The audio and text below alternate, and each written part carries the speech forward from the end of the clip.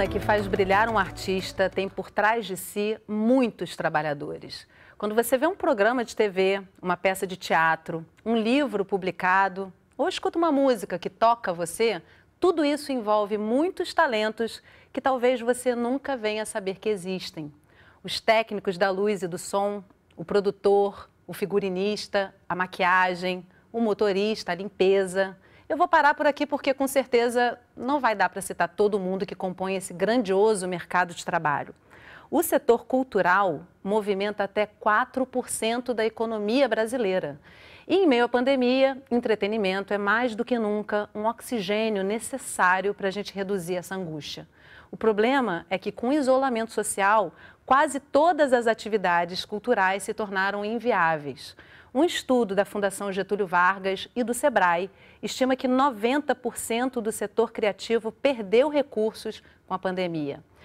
Mas já tem gente se recriando e fazendo ainda mais arte para dar a volta por cima. Hoje a gente vai conhecer algumas dessas iniciativas e conversar sobre coronavírus e mercado cultural. Todos nós estamos passando dificuldade. É muita gente para ser atendida, acaba sendo pouca ajuda por maior que ela esteja sendo feita, né? Com a situação da pandemia, da quarentena, o que mais se consome é a arte. O teatro, as artes e a cultura na sua plenitude, ela só voltará com a vacina. Conversando comigo hoje pela internet sobre coronavírus e mercado cultural, Danilo Santos de Miranda, diretor regional do SESC São Paulo. Krishna Marron, apresentadora e diretora de conteúdo, criadora do canal Imprensa Marron no YouTube. Fabiano Carneiro, gestor cultural e coordenador nacional de dança da Funarte. E a gente adora quando você participa, né? Quer contar pra gente a sua experiência, a sua vivência, ou mandar uma pergunta para os nossos convidados? Eu recebo aqui pelo WhatsApp 021 99701 8122, pelas redes sociais do Canal Saúde ou pelo 0800 701 8122. A ligação é gratuita. Imagina a pandemia sem música para você ouvir em casa. Sem a opção de filmes, séries, novelas ou a história de sua preferência, para ajudar a se desligar de tanta notícia ruim. Difícil, né? Mais difícil ainda é o que estão passando os profissionais que produziram tudo isso e que agora não podem trabalhar.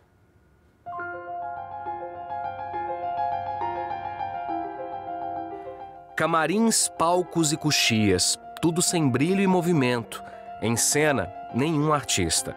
No teatro, shows e peças canceladas. No cinema, nenhuma estreia. Meia porta, sem bilheteria ou mesmo o senhor que vende pipoca.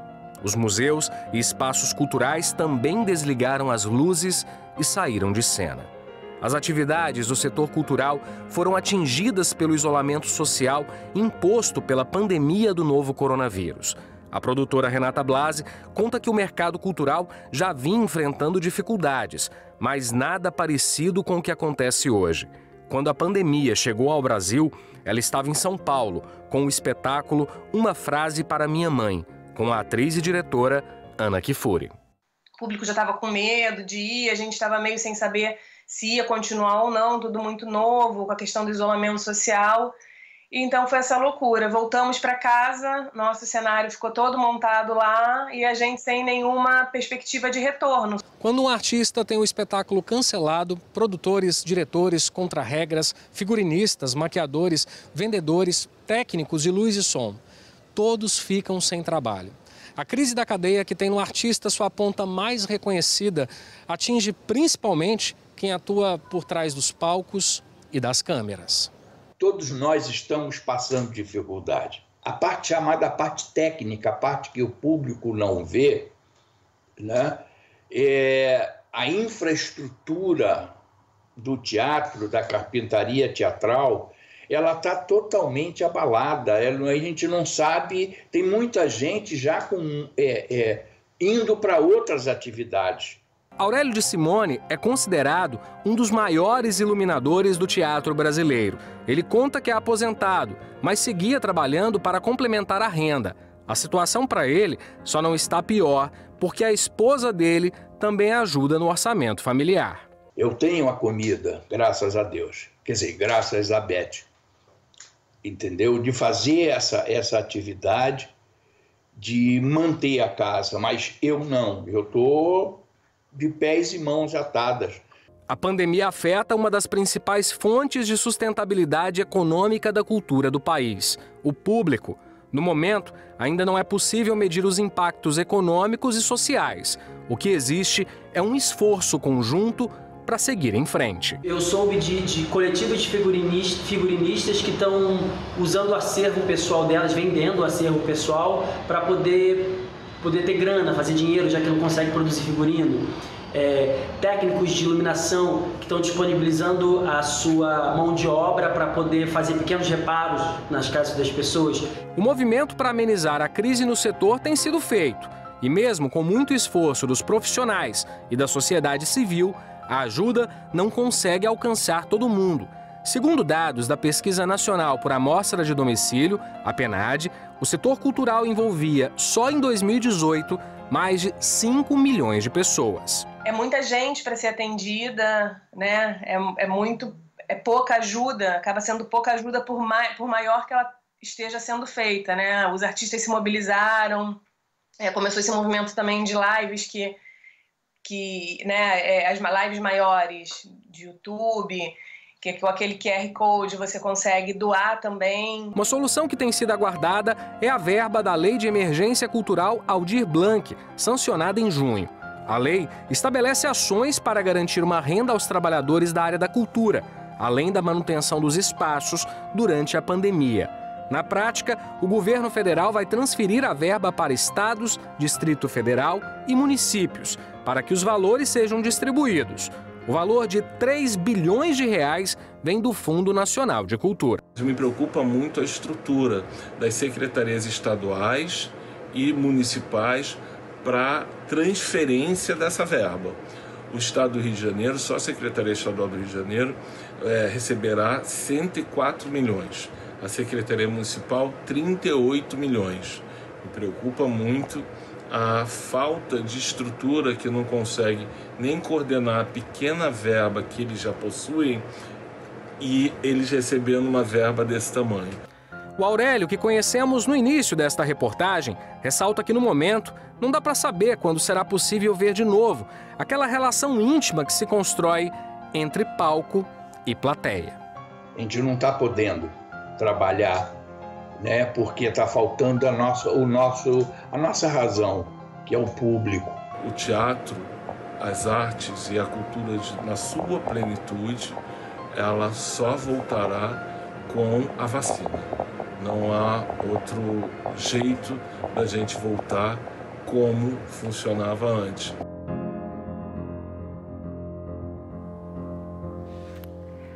Danilo, Krishna, Fabiano, muito obrigada pela presença de vocês aqui com a gente hoje para falar desse assunto nobre.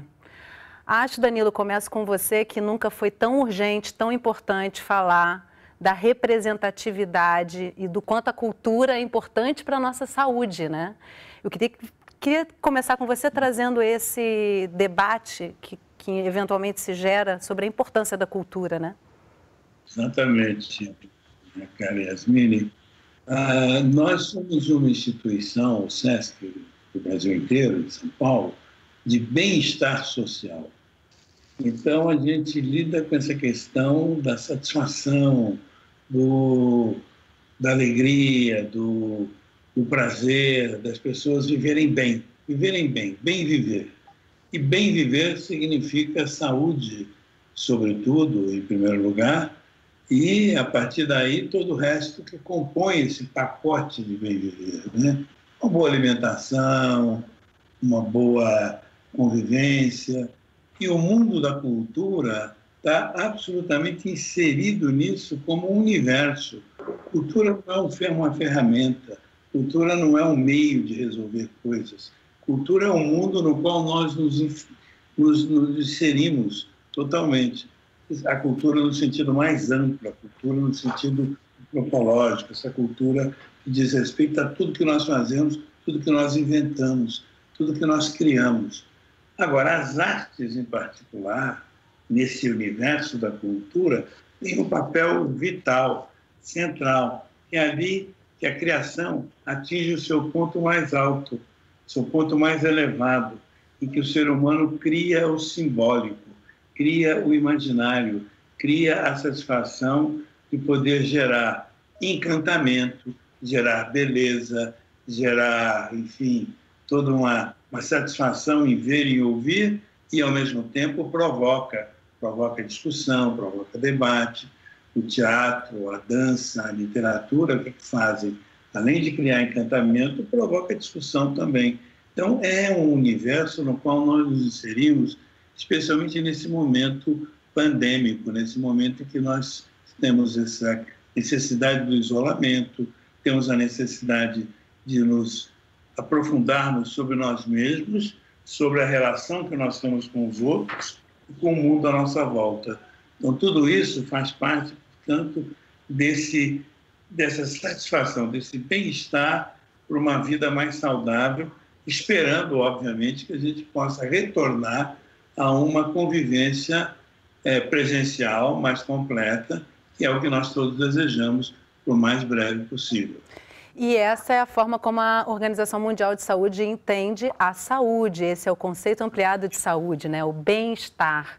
Krishna, eu costumo dizer que cultura, arte, são a fina flor da terapia gratuita. Não tão gratuita assim, porque quem produz precisa receber para poder viver, né?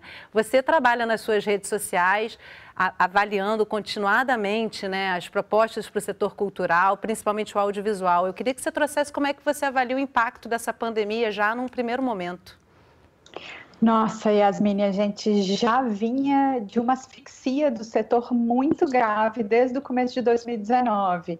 A gente perdeu o Ministério da Cultura, a gente teve só no audiovisual 7 líderes diferentes, por pouquíssimo tempo cada um deles, e nenhum com conhecimento de políticas públicas que são tão importantes para a economia criativa, que geram tanto dinheiro e emprego. Então, já vinha numa coisa que você via que o setor todo estava sofrendo. E a imprensa marrom, eu tenho que falar disso, né? Instagram, Facebook, YouTube. Então, é muito triste ver que no momento que a gente vinha com todas as entidades batalhando para educar esse novo governo de que somos importantes, de que geramos emprego e dinheiro, vem uma pandemia. Então, o que já era difícil se tornou agora mais complicado ainda, porque tudo tem um impacto, né? A pandemia tem um impacto nesses orçamentos de filmes e séries e documentários que a gente produz e que estava em ascensão. A gente estava chegando para bater nos argentinos e agora aconteceu isso. Então, vamos ver como é que vai ser retomada. A gente já morreu uma vez, a gente é fênix, a gente renasce das cinzas, vive isso, eu vi o período Collor transformando o nosso setor. Demorou 10 anos para a gente se reerguer, mas a gente se reergueu e a gente estava lindo. Acho que dessa vez não vai demorar tanto. Tomara. Fabiano... Tem fé. É o único meio nesse momento, de certa forma, da gente poder se manter animado, né, Fabiano? Uma das questões, assim, uma grande questão é que várias produções estavam em andamento, como a Renata Blasi colocou na matéria, festivais que já estavam prontos para serem iniciados, e você estava num festival na Espanha no momento em que a pandemia se pôs naquele país, enfim, e vivenciou isso, e depois ainda fez uma viagem pelo Brasil para avaliar a pandemia aqui. Então, eu queria que você trouxesse um pouquinho esse panorama que você observou na Espanha e no Brasil, né? De certa forma, esse impacto é muito parecido em várias questões, mas tem diferenças? Sem dúvida, Yasmine, assim, foi muito interessante porque justamente na semana aquela do dia 10, dia 15 de março, quando estourou, eu estava numa grande feira na Europa, na Espanha, no País Basco, de feira, né, uma feira de artes cênicas, e o impacto lá foi muito grande, assim, inclusive no que dizia respeito à programação dos espetáculos, né, não se sabia até que ponto poderia ter sido dado dado continuidade nessas ações, e eu tinha 2 reuniões em Madrid, casualmente. Quando eu cheguei na cidade de Madrid, foi um caos, assim, um cenário de guerra, as pessoas baixando as grades, né, dos lugares, as reuniões foram canceladas, e eu também estava naquele momento de poder sair e voltar para o Brasil, né? E justamente naquela semana eu faço a direção artística do Teatro Cacilda Becker, que é o Espaço Nacional da Dança, né? O espaço da Funarte, Espaço Nacional da Dança. Nós estávamos com a Semana da Dança Francesa, 2 companhias francesas aqui no Rio de Janeiro, e com programação também fechada, né? Os artistas sem saber como iam lidar com aquela situação. O governo também do Rio de Janeiro dizia uma coisa, a prefeitura dizia outra. Enfim, nós tivemos a programação justamente até o domingo. No dia 15 foi quando fechou o teatro, né? Mas eu entendo que esse impacto, principalmente no que diz respeito ao artista, eu vejo que na Espanha agora, inclusive, estão pensando a questão dos protocolos, né? Isso é muito importante para que nós, gestores culturais, possamos também abarcar toda a cadeia produtiva, né? Como foi falado por Aurélio de Simone, um grande iluminador, esse impacto que vem da pessoa que está na cena, do artista na cena, envolve uma série de pessoas da cadeia produtiva da área das artes cênicas, especificamente também. Bom, a gente vai daqui a pouquinho falar mais profundamente sobre a questão dos protocolos, esses são super importantes. Assim, no segundo bloco a gente se concentra bastante nisso, mas eu quero já privilegiar aqui a participação do pessoal que está em casa, mandando pelas redes sociais algumas perguntas e comentários para a gente. O Magno Martins encaminhou para a gente pelo Instagram uma pergunta. Eu começo com a resposta, se possível, do Danilo, e depois deixo vocês à vontade se quiserem comentar também. Ele pergunta se podem esperar o retorno dos espetáculos presenciais que respeitem o distanciamento. Danilo, como é que o Sesc está avaliando isso?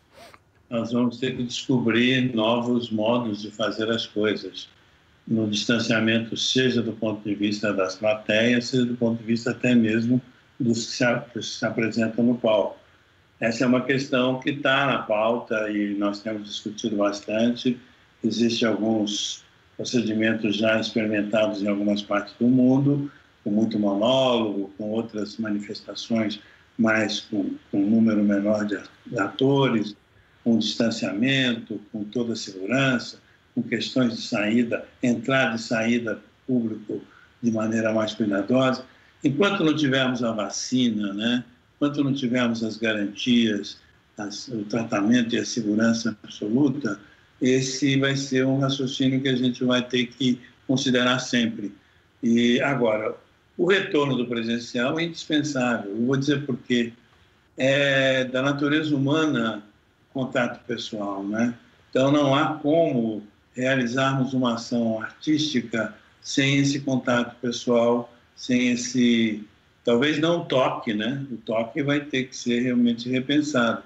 Mas o contato pessoal, estar presente junto, vendo ao vivo, eu acho que isso não tem como não voltarmos a isso de alguma forma, claro, com toda a segurança, com todos os cuidados. A nossa experiência em lidar com o mundo das artes, de modo geral, exige essa consideração de juntar gente para fazer coisas, de juntar gente para assistir um espetáculo, juntar gente para uma exposição, juntar gente até mesmo com debates para uma reunião. Então, essa questão de ter gente aglomerada é uma essência quase do mundo da cultura e, sem dúvida nenhuma, isso vai ter que ser retornado, sim, mas com toda a garantia, com todo o cuidado. E torcer para que a vacina chegue o mais rápido possível, que é o que a gente espera que as entidades todas, inclusive a Fundação Oswaldo Cruz, que está aí tão empenhada nisso, nos ajude a resolver isso o mais rapidamente possível. E aí, já que Danilo tocou nessa questão da lei Aldir Blanc, que está em andamento, né? Ontem já passou por mais uma etapa, agora volta para a Câmara para ser realmente aprovada, enfim, uma verba mínima para que os profissionais do setor possam trabalhar. Eu vou trazer mais uma participação aqui da nossa audiência, que fala justamente, de certa forma, fala dela, né? A Bianca encaminhou pelo WhatsApp, ela pergunta: estamos vivendo a pandemia desde março, por que a lei Aldir Blanc só saiu no final de junho? Na verdade, ela ainda está em andamento, né? definitivamente, me corrijam se eu estiver enganada, mas ainda falta um passinho aí. Como será essa ajuda emergencial e como está a situação nesse momento de aprovação da regulamentação dos recursos? É interessante também porque o Barata também comentou ali da preocupação dele dessa forma de distribuição. Aí queria convidar a Krishna e Fabiano a fazerem essas observações. Krishna, você acompanha muito essas questões da legislação, como é que você está observando isso? As entidades, pelo menos no audiovisual, todas correram para manifestar que a gente tem dinheiro, né? Porque a gente gera muito dinheiro através dos impostos. A gente tinha mais de 1 bilhão para poder ajudar o setor, principalmente pensando na nossa cadeia produtiva, nas pessoas ali debaixo da cadeia, que são as mais afetadas, porque a gente tem muito freelancer que não é contratado e que poderia perder ali a sua fonte de renda e não ter como pagar a comida do dia seguinte. Então, a gente estava muito preocupado. As entidades todas trabalharam junto ao Congresso para poder passar essa lei, entre outras medidas emergenciais que a gente está propondo, porque não é só ela. E a gente tem a SPCine, a Sicave, a Ciesp, todo mundo junto trabalhando nisso, mas foi complicado, é sempre uma batalha, porque o nosso Congresso, metade dele foi eleito pela primeira vez agora, então são pessoas que ainda estão ali aprendendo como essas leis são feitas. A emergência chegou num momento de pessoas muito frescas no setor, então é difícil ter esse diálogo, principalmente na área de cultura, né? Porque não é uma coisa valorizada atualmente. Uma pena, não deveria ser assim, mas é a nossa realidade. Sim. Fabiano, já passo para você. Fala, Danilo. Não, só uma coisinha rápida. A lei já está em execução, ou seja, ela não está mais em discussão. Ela já foi sancionada. Sim. Então, não volta para a Câmara. Ela está já sendo trabalhada para as prefeituras e os estados resolverem como realizar a sua distribuição. O problema agora é a questão do credenciamento, os artistas, quem são, as entidades, como se capacitar para poder receber. Ótima colocação. Obrigada, Danilo. Fabiano, uma questão realmente que a Krishna comenta sobre o mercado cultural é essa informalidade, né? A gente tem uma demanda de profissionais que trabalham há longo tempo já, de forma muito informal, e isso também dificulta fazer chegar esse recurso, né?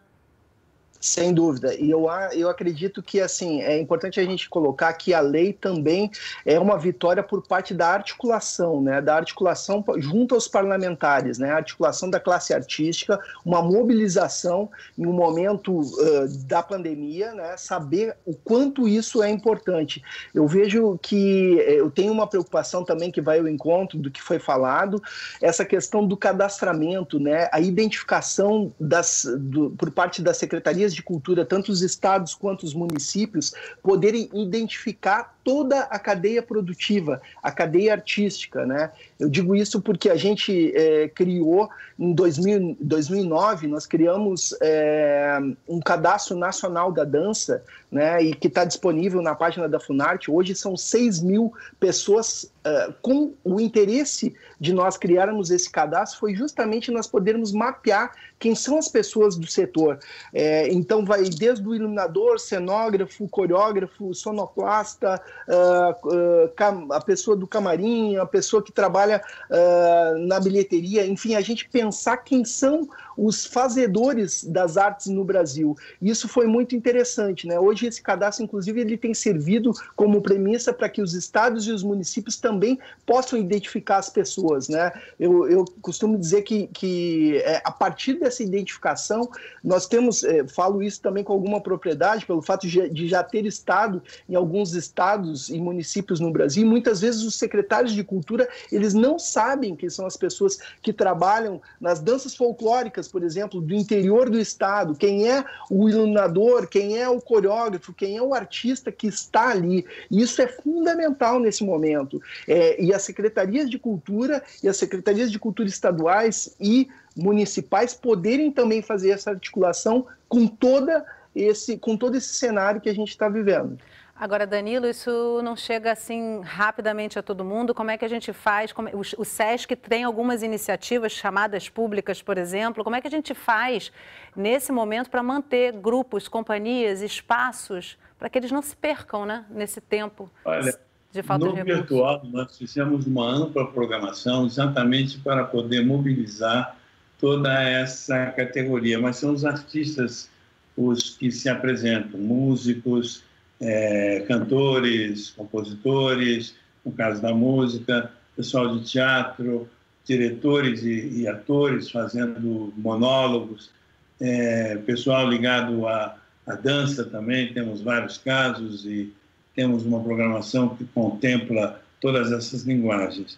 A questão maior que eu vejo, isso o Fabiano colocou muito bem, é a questão do background, da turma que está atrás, da turma que está o backstage, a turma que está atrás, que está o porteiro, o iluminador, o contra-regra, o maquinista, o carpinteiro, aqueles que fazem o cenário. Então, esses aí não aparecem nas atividades virtuais nossas, então eles não estão sendo contemplados, de certa maneira.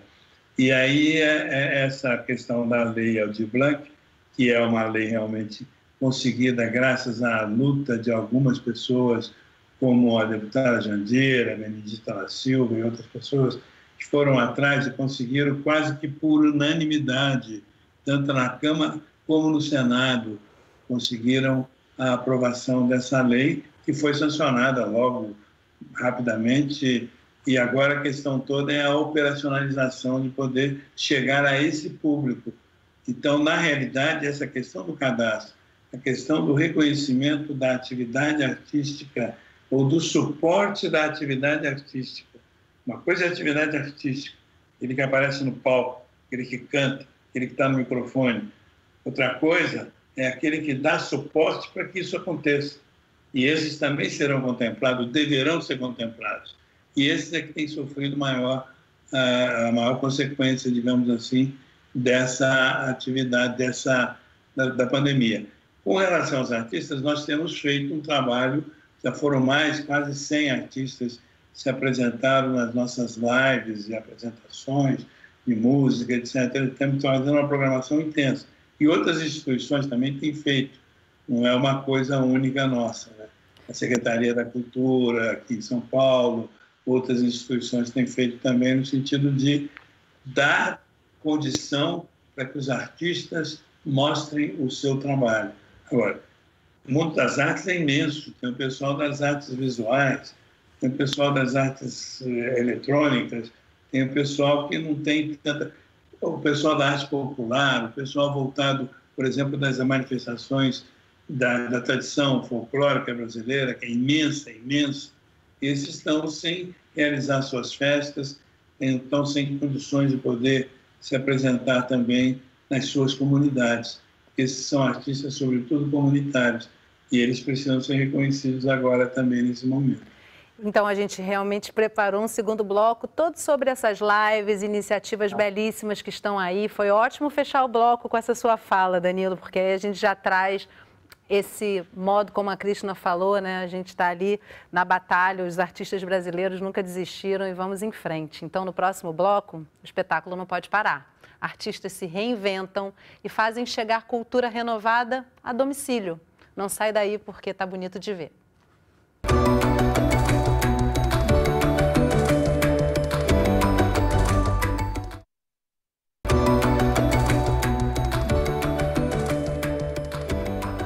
A Sala de Convidados está de volta, conversando sobre coronavírus e mercado cultural. Conversam comigo pela internet Danilo Santos de Miranda, diretor regional do SESC São Paulo, Cristina Marron, apresentadora e diretora de conteúdo e criadora do canal Imprensa Marron no YouTube. Fabiano Carneiro, gestor cultural e coordenador nacional de dança da Funarte. E ainda dá tempo de você participar dessa conversa. Tá em casa? Aproveita para mandar suas perguntas para a gente. Eu recebo e compartilho com os nossos convidados. Envie pelo WhatsApp 021 997018122, pelas redes sociais do Canal Saúde ou pelo 0800 701 8122. A ligação é gratuita.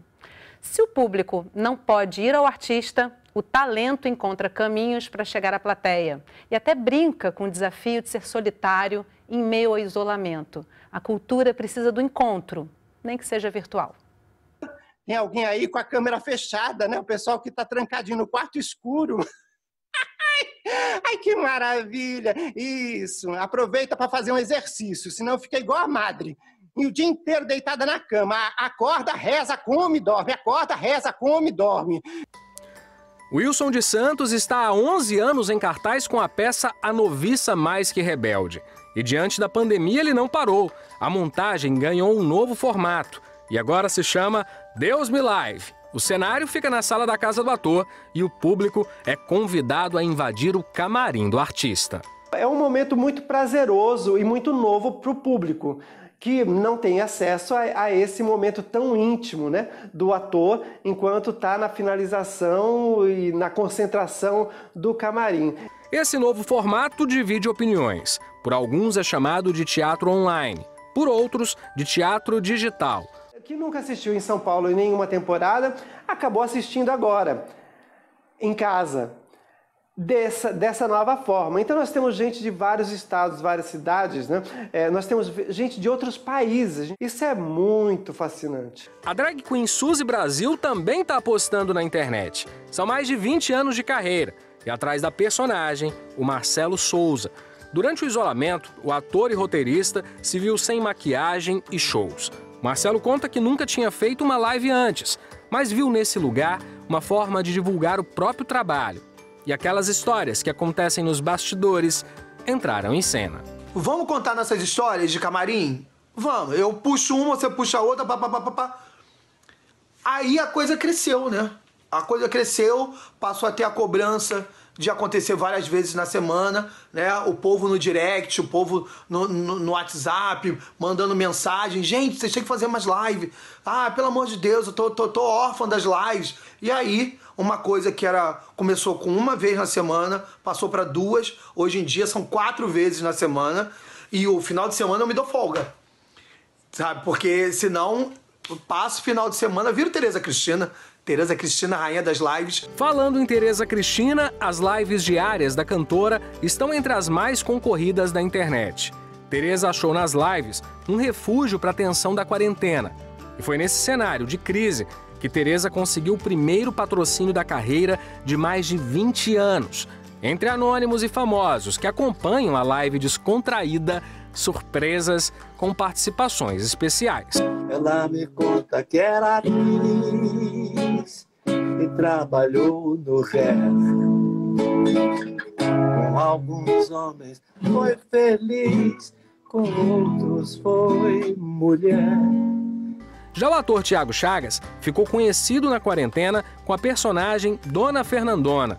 Depois dos vídeos, ele já recebeu convites para participar de lives culinárias e até recitar poemas no show online de Edson Cordeiro. A personagem que homenageia Fernanda Montenegro não surgiu exatamente para as redes sociais, mas agradou o público. Ela foi ganhando muitos seguidores muito rápido durante a quarentena, então realmente eu não esperava essa repercussão, mas eu fiquei muito feliz, né? Porque, de certa forma, eu percebi que as pessoas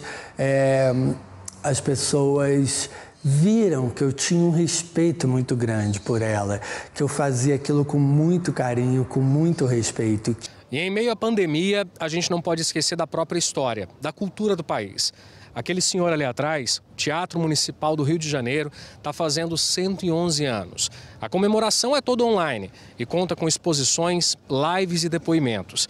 Também tem conversas sobre o destino da cultura e o passado do aniversariante. De portas fechadas, agora o público pode fazer um tour virtual. Visita guiada do Teatro Municipal. Vamos lá? E se o momento exige criatividade, a reinvenção dos artistas, do mercado, um novo olhar sobre a internet e as plataformas disponíveis, também é tempo de reflexão sobre a importância da arte no cotidiano. Quando a gente se depara, por exemplo, com a situação da pandemia, da quarentena, o que mais se consome é a arte. Então a gente percebe que a arte ela é fundamental para a nossa existência.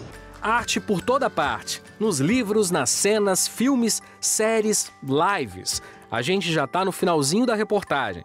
E quem deixa o recado ao nosso respeitável público é ela, Dona Fernandona. Não seja ordinário, não seja ordinário. Use máscara, meu Deus, porque não é só uma gripezinha. Se cuide e cuide dos outros. E quero mandar um beijo, meu Deus, um grande beijo e um muito obrigado a todos do canal Saúde e da Fiocruz. Grande beijo. Dona Fernandona, em nome de toda a equipe do Canal Saúde, muito obrigada pelo carinho e acho que posso dizer em nome dos funcionários da Fiocruz também. Nesse momento é o que há, né? A cultura se reinventando e surgindo personagens que se recriam nesse momento, né, Krishna? A gente está falando de economia criativa, né? Além de solidária também. É uma migração que é bonita de ver, né? É lindo, eu tô vendo, além dessas lives maravilhosas, gente, cada coisa, né? Teve também Gil, é tanta live diferente. Teve aula, eu tô vendo muitas pessoas ensinando aquilo que sabem de graça e chegando nas outras pessoas, coisa que eu tô fazendo desde 2016 lá na Imprensa Marvel, eu tô vendo agora um monte de gente replicar e falo, puxa, que bom que a gente consegue se ajudar, um dar a mão pro outro e seguir junto e ajudar num período que é tão conturbado para a humanidade, porque como o Danilo falou mais cedo, a nossa natureza é do encontro, a gente gosta dessa aglomeração e a gente, enquanto não volta para isso, essas lives têm sido uma bênção. E tem o seu lugar já ocupado, né? Fabiano, é importante também trazer a dança para esse espaço, né? Como é que está especificamente essa arte, esse setor da cultura? Exato. Eu vejo, Yasmine, que o momento é de ressignificar. Eu tenho utilizado muito essa palavra e vejo que a gente tem que pensar novas oportunidades, né? Tenho acompanhado diversas ações aí, aulas online, espetáculos online, grupos, companhias. A gente poder pensar, por exemplo, os espaços culturais como uma forma de poder ser um espaço também de transmissão online, né? Sem público, sem plateia. Então, a gente, a partir desses cuidados, poder também entender como a gente vai encarar agora esses novos formatos, né? Temos várias ações de dança no Brasil acontecendo, performances, alguns espetáculos, muitas aulas online, as pessoas estão apresentando e eu vejo que também, trazendo um pouco que os colegas falaram, né, no outro bloco, a gente saber que a nossa arte, a arte cênica, as artes, sem a gente perder a premissa que é a arte da cena, né? As artes cênicas, elas têm como premissa esse encontro, essa oportunidade e vai passar e nós vamos voltar mais fortes. Vamos voltar com o que já existia e o que temos agora. Danilo, já ia mandar para você mesmo, para a sua participação, mas eu queria antes fazer uma colocação. Eis que surge o espectador remoto. É diferente do telespectador, eu acho, né? E vem para ficar, na sua opinião? É isso que eu ia comentar. Primeiro, dizer que nós estamos aprendendo a fazer um jeito, digamos, de fusão, de apresentação dos trabalhos artísticos, que vai ficar, que eu acho que é uma maneira que vai conviver, talvez hibridamente, com o presencial futuramente. Por quê? Porque nós estamos descobrindo que isso alcança muito mais gente, isso vai muito mais profundamente, isso pode difundir, divulgar, ensinar, eu digo, alfabetizar artisticamente pessoas que não têm, por exemplo, acesso com frequência ao mundo da dança. A dança é das linguagens talvez a menos difundida, menos divulgada, menos apresentada, com mais dificuldade de público, etc. E criar público, criar plateia.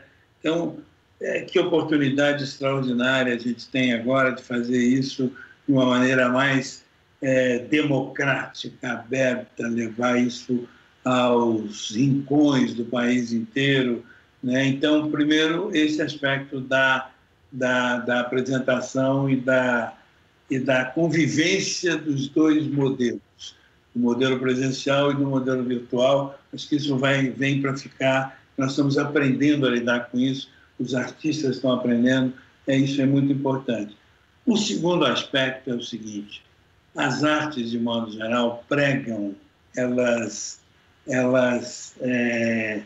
apresentam propostas, elas discutem questões ligadas à convivência, à solidariedade, à ética, e muitas vezes até apontam problemas, questões graves do ser humano, nas suas relações, naquilo que tem de mais necessário. O teatro, nisso é muito forte, a dança também, de uma maneira mais sutil, e outras artes também. Então, no fundo, as artes, de modo geral, pregam permanentemente uma ideia dessa solidariedade indispensável a partir de agora. A solidariedade, que sempre é um fator importante para a vida humana, se tornou mais importante ainda na medida que a dependência mútua se tornou mais clara, mais objetiva. A desigualdade entre os seres humanos se tornou algo muito mais grave, muito mais sério, muito mais profundo. E as artes trabalham com esse espírito da democracia, da igualdade, da valorização do ser humano, do respeito, da solidariedade. Então, eu tenho a impressão que essa maneira de fazer dessa maneira expansiva, tem tornado a possibilidade da gente poder mostrar mais esse tipo de trabalho, com todos os seus riscos. Tem gente que não gosta de determinado artista e manifesta isso ali na sua discussão, naquele chat, e tem aquelas manifestações que muitas vezes povoam aquele momento. Isso é importante também, na medida em que tem que ser democrático, as pessoas têm que se manifestar por respeito, né? E aí alguns até começam a chamar a atenção do outro quando alguém passa um pouco do limite do respeito, né? Então é muito interessante, eu acho que a gente está aprendendo e veio para ficar assim, viu, Yasmin? Eu acho que é uma coisa que vai permanecer conosco. Nós temos nas nossas intenções o desejo de manter alguma programação cada vez mais viva nesse campo também, das plataformas virtuais.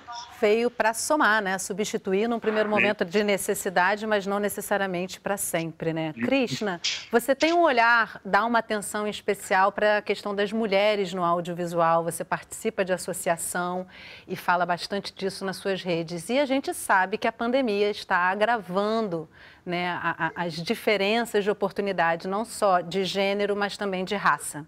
E aí eu queria trazer com você uma observação sobre isso, como é que você avalia esse impacto na cultura. E Fabiano, depois se puder complementar também. Aliás, mulheres que estão nos assistindo, se vocês são do audiovisual, entrem no Mulheres do Audiovisual Brasil, porque a gente tenta tornar todas as equipes mais femininas, uma ajuda a outra, e é super importante. A gente colabora muito, estamos no Instagram e no Facebook, passamos de 20 mil mulheres, é um negócio lindo. E tem outros movimentos bem bacanas rolando, e a gente precisa se ajudar, claro. Agora, na pandemia, como a gente ainda tem um machismo estrutural muito forte, o peso de filhos, carga de trabalho da mulher dentro de casa é um negócio que aflorou, claro, então sobra muito mais para a gente. E isso é uma coisa que vem mudando, vem evoluindo, mas ainda é fato, que é assim, principalmente aqui no Brasil. Estou falando disso no mundo todo, tá, gente? Mas aqui é um pouco mais grave. Então, isso atrapalha, claro, a carreira das mulheres, a possibilidade de trabalho remoto. Todas as amigas que têm filhos mostram esse desespero para conseguir lidar, mas a gente sobrevive, está tudo melhorando. Cada dia parece que a gente regrediu em alguns momentos, porque você tem menos mulheres na política, em cenários, né, nas lideranças aí, mas são 10 passinhos para frente, 2 para trás. Parece que a gente está indo para trás, mas não está, não. A gente está evoluindo nisso aí também. Fabiano? Sobre esse aspecto, assim, eu queria sempre trazer também a partir da nossa experiência do próprio Teatro Cacilda Becker, né? O Cacilda, ao longo do ano, por exemplo, em 2019, nós tivemos um teatro de 170 lugares, nós tivemos 16.500 pessoas de público no teatro. A gente vem trabalhando muito com essa questão de poder também contemplar as diferentes programações do ponto de vista artístico.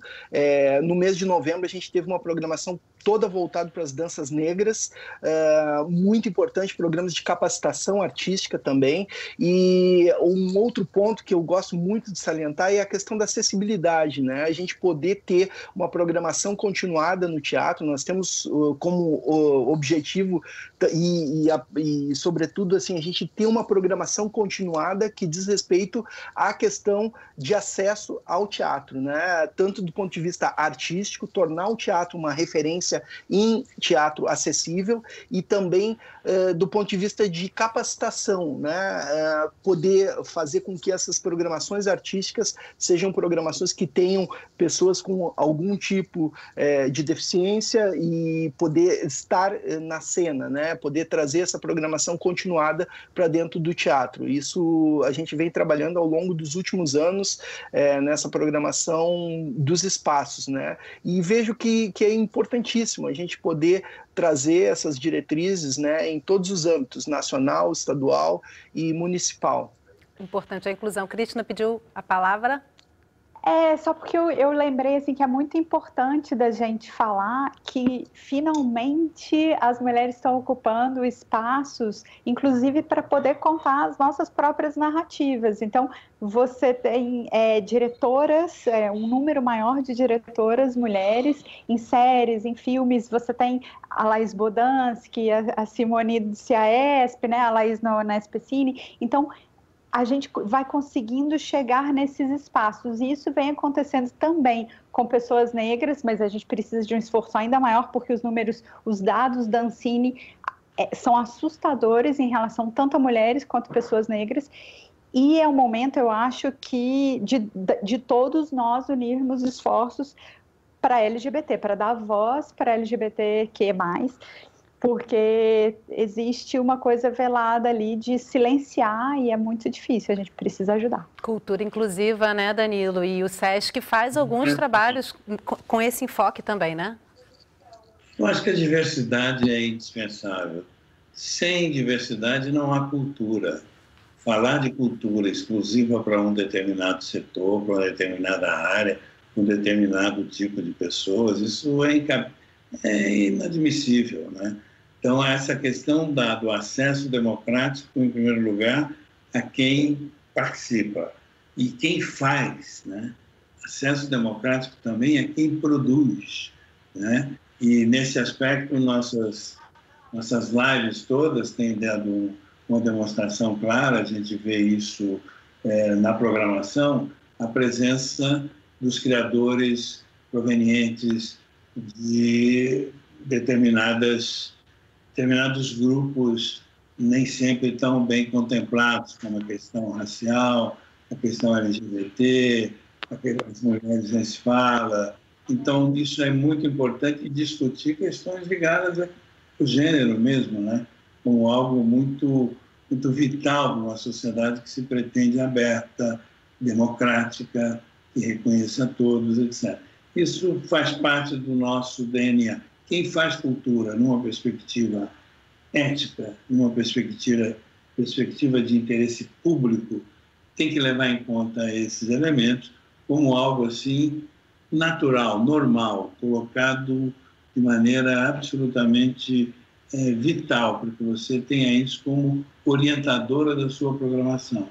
E nesse aspecto a gente procura contemplar isso de uma forma bem tranquila e muitas vezes muito corajosa, e enfrentando dificuldades que vocês sabem muito bem com relação ao que isso pode significar, né? Quando a gente escolhe determinadas apresentações, artistas, etc., que podem causar algum tipo de estranhamento por parte de algumas pessoas, mas isso é parte do processo e é necessário fazê-lo, porque essa discussão precisa estar presente. Bom, a gente está caminhando para o final do programa e eu queria trazer aqui mais uma participação da nossa audiência, até para a gente também poder tentar trazer alguma perspectiva de futuro aí do que vocês esperam, né? A Malu Valois mandou para a gente pelo Instagram uma pergunta sobre quando se estima que o setor volte a crescer. Começo com você, Fabiano, como é que estão as suas perspectivas nesse futuro e peço também para você trazer o que você acha que fica, né, dessa pandemia e de tudo que a gente está aprendendo e perdendo e talvez ganhando em algum momento com tudo isso. É uma pergunta, é uma questão interessante, né? Eu não saberia dizer quando vamos voltar a crescer nesse momento, assim, qualquer perspectiva que a gente fizer nesse momento, eu acho que ainda é muito cedo a gente pensar nisso, né? Mas entendo que um outro ponto da gente poder também intensificar é essa questão institucional, a gente fortalecer as nossas instituições, né? Sobretudo, né, no momento que a gente está vivendo, aproximar, ao longo desses anos aí na gestão pública, esse ano eu completo 29 anos trabalhando na gestão pública, na área da cultura, e eu vejo que as nossas instituições, a gente tem que se unir, né? Pensar em fortalecer tanto do ponto de vista junto aos criadores, junto aos artistas e criar oportunidades de fortalecimento institucionais nos diferentes entes, né? Estado, município, instituições públicas, junto com as instituições privadas, é fundamental para que isso possa também gerar políticas públicas, para que a gente possa, a partir daí, também criarmos a união e criarmos também perspectivas de fortalecimento, desse fortalecimento institucional, criarmos políticas públicas que vão ocasionar também resultados e crescimento. E, Cristina, a gente não pode terminar esse programa também sem falar dos protocolos. A gente está vendo aí, principalmente no audiovisual, uma retomada da produção de novelas e, quem sabe, até de alguns produtos para o cinema, enfim, ou para a internet, né? Eu queria que você trouxesse rapidamente esses protocolos, se você está confiante neles e como é que eles impactam aí na arte, no resultado final, né? As entidades todas soltaram esse protocolo que não é uma coisa fixa, ele pode sofrer ajustes, porque a gente tem que ver, tudo é muito mutável. Falaram do vírus, né, ser transmitido pelo ar e cada hora tem uma descoberta diferente, então esse protocolo, ele está em mutação, mas a gente tem agora um atual e sempre vai ter isso atualizado. A gente não pode ficar parado, então espera voltar a gravar, e as pessoas estão começando aos pouquinhos a voltar a gravar, sempre com todos os cuidados, mas é muito difícil e é muito caro, porque isso tem um impacto no orçamento, as EPIs, o distanciamento na hora que você vai comer, porque todas as produções, se você pensar num set, está todo mundo ali aglomerado junto, né? É uma coisa de esforço físico e você come um do lado do outro, então essa adaptação requer um esforço de todos nós e tem um impacto financeiro. O impacto financeiro no audiovisual agora, que a Ancine está travada como está, o fundo setorial como está, você fala, ai, socorro, mas calma, a gente sobrevive, a gente se reinventa, vai dar tudo certo, e como o meu colega querido falou, a gente tem que apoiar as nossas instituições, porque este é o momento de fazer isso, tanto apoiar uns aos outros, quanto as instituições que nos salvam, no final do dia é isso que nos salva. É a estrutura, né, no final das contas, né? Os tempos passam, as estruturas ficam, né, Danilo? Aí eu queria trazer com você o SESC, tinha várias inaugurações de espaços previstas e teve que adiar tudo isso. Como é que está a sua perspectiva? Como é que você está percebendo o futuro? Aí, o SESC em específico, né? Tivemos um conflito, né? Um conflito de um lado, o desejo de voltar o mais rapidamente possível, né? E mesmo que seja aos poucos, mesmo que seja de uma maneira gradual, e do outro lado o cuidado, o rigor em segurança, em garantias para os nossos funcionários, para todo o nosso público, enfim, para todo mundo envolvido. Então, realmente, esse conflito, que não atinge apenas ao setor nosso cultural ou o setor das atividades socioculturais onde nós estamos envolvidos, atinge todo mundo, atinge essa pandemia tem esse caráter da transversalidade, né? Está presente em absolutamente todas as questões.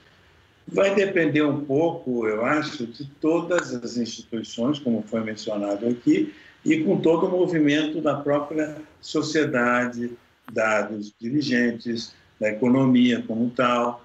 E, naturalmente, o setor cultural vai se recuperar, sim, vai ter forças para se recuperar. Por uma razão muito simples. Eu diria que a cultura, independente de governos, independente de forças que, claro, são importantes, ajudam a desenvolver, mas ela tem um caráter de espontaneidade, de realização, não essa cultura mais organizada, mais industrializada. Eu me refiro à cultura como manifestação natural das pessoas, em tudo que faz, em tudo que resolve. Imagine as festas populares, imagine a manifestação das pessoas no que diz respeito à música, à dança, as coisas que são parte da sua vida, naturalmente. As pessoas todas fazem cultura o tempo todo. Nós estamos falando da cultura mais voltada profissionalmente para os artistas, etc. Essa sim, essa precisa de incentivo, essa precisa de apoio, essa precisa de força e, naturalmente, as instituições todas envolvidas nisso. No nosso caso, é uma delas, nós teremos todo o empenho no sentido de retornar, e o sucesso do Brasil inteiro tem esse compromisso, né? Então, nós voltaremos sim, já passamos por situações difíceis no passado, não tão graves quanto essa situação agora foi mais grave, talvez, do que qualquer outra que a gente já tenha enfrentado, pelo menos na minha geração, mas, de qualquer forma, o que eu poderia dizer é que nós voltaremos, e eu sinto a necessidade de passar assim, um certo otimismo de que nós vamos retomar o mais brevemente possível, até antes do que se imagina, para que a gente possa realmente voltar. Vai depender, naturalmente, da questão prática dessa vacina, que já tem sinais positivos pelo que a gente ouve por aí. Então, nesse sentido, o Procesc é uma instituição, temos 8 mil funcionários em São Paulo, temos 44 unidades, tem muita coisa, digamos assim, vibrante acontecendo na relação com as comunidades, e isso tudo é quase que fosse assim uma coisa fervendo. É só destampar que isso volta tudo, vai rapidamente retomar nossas atividades, tão logo seja possível. Bom, eu encerro o programa com essa sua fala, que eu acho que é uma fala com uma perspectiva motivadora, né? Eu acho que a gente precisa disso nesse momento e é uma fala muito sábia. Danilo, muito obrigada, Fabiano, muito obrigada, Krishna, pela presença de vocês aqui com a gente e vamos seguir torcendo pela cultura e, mais do que isso, dando audiência aí onde quer que ela esteja. Obrigada, gente. E obrigada a você que acompanhou a nossa conversa de hoje. Se você quiser rever esse programa, entra no site do Canal Saúde, lá você pode baixar o programa e também compartilhar com quem você quiser. Se cuida, fique em casa se puder e eu encontro você na próxima semana. Até lá!